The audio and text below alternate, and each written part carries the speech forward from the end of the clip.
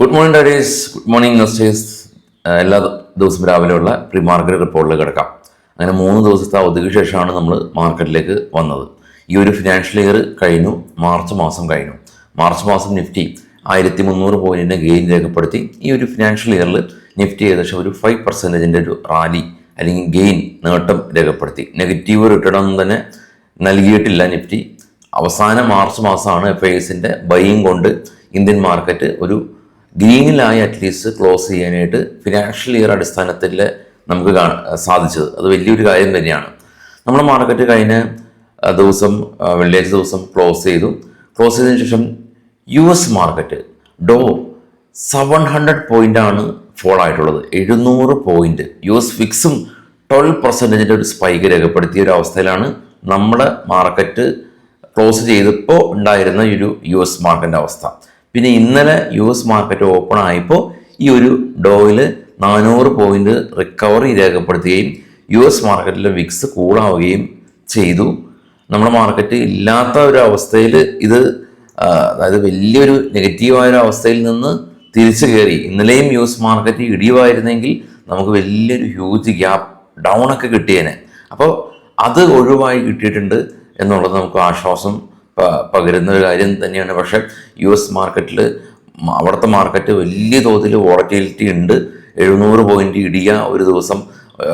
ട്രംപിൻ്റെ ഭാഗത്തു നിന്നുള്ള റെസിപ്രോക്കൽ താരിഫുകളെല്ലാം തന്നെ ഗ്ലോബലി ഉള്ള മാർക്കറ്റിൻ്റെ ആ ഒരു സെൻറ്റിമെൻറ്റ്സിനെ വോളറ്റിലാക്കിയിട്ടുണ്ട്.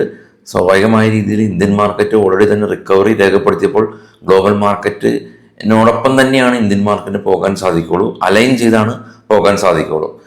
എനിവേ ഈ ഒരു ആഴ്ചയിലുള്ള ഗ്ലോബൽ ഇവൻറ്റുകൾ നമ്മൾ കഴിഞ്ഞ ദിവസം ഡിസ്കസ് ചെയ്തു. സ്റ്റിൽ നമ്മുടെ വെബ്സൈറ്റിൽ ലഭ്യമാണ്. ഗ്ലോബൽ ഇവൻറ്റുകളൊക്കെ നിങ്ങൾ ചെക്ക് ചെയ്യുക.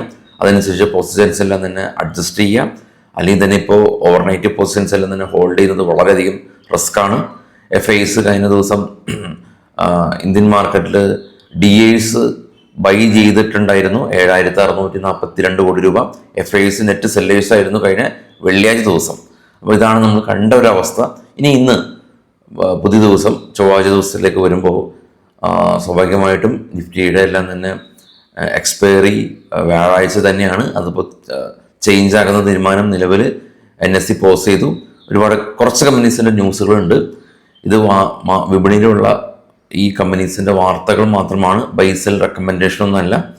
ആദ്യമായിട്ട് HAL Hindustan aeronautical limited company 62,700 കോടി രൂപയുടെ ഡിഫൻസ് മിനിസ്ട്രിയുടെ ഭാഗത്തു നിന്ന് 156 ഫ്ലൈറ്റ് ചോപ്പർ ഹെലികോപ്റ്റേഴ്സ് എല്ലാം തന്നെ ഡെലിവറി ചെയ്യുന്ന ഒരു ഓർഡർ ഇന്ത്യയിലെ ഏറ്റവും വലിയ പൊതുമേഖല ഡിഫൻസ് കമ്പനിയായിട്ടുള്ള HALന് ലഭിച്ചു എന്നുള്ള വാർത്തകളുണ്ട്. IT കമ്പനിയായിട്ടുള്ള NIT മൈൻട്രി കമ്പനി ഒരു ഗൂഗിൾ ക്ലൗഡായിട്ട് ഒരു പുതിയ ബിസിനസ് കോൺട്രാക്ട് സൈൻ ചെയ്തു. NHPC കമ്പനി അവരുടെ പുതിയ പ്ലാന്റിൽ നിന്ന് ഉള്ള കൊമേഴ്ഷ്യൽ പ്രൊഡക്ഷൻ കമ്പനി ആരംഭിച്ചു. BSE Bombay stock exchange bonus share issue ചെയ്യുന്നുണ്ട് 1:1. Record date March 3 new gen software company അവർക്ക് $1.29 മില്യൺ ഒരു പുതിയൊരു ഓർഡർ ലഭിച്ചു. റൈറ്റ്സ് കമ്പനി 155 കോടി രൂപയുടെ ഒരു റിഫൈനറി പ്രൊജക്റ്റിൻ്റെ ഓർഡർ കമ്പനിക്ക് ലഭിച്ചതായിട്ടുള്ള ന്യൂസ് ഉണ്ട്.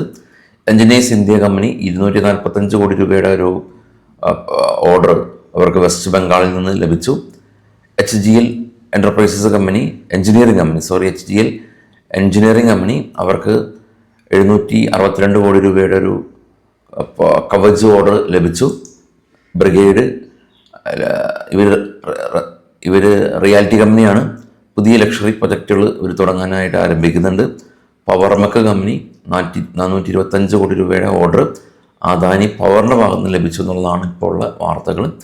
വൈകിട്ട് പോസ്റ്റ് മാർക്കറ്റ് വാർത്തകളായിട്ട് എത്താം. Thank you.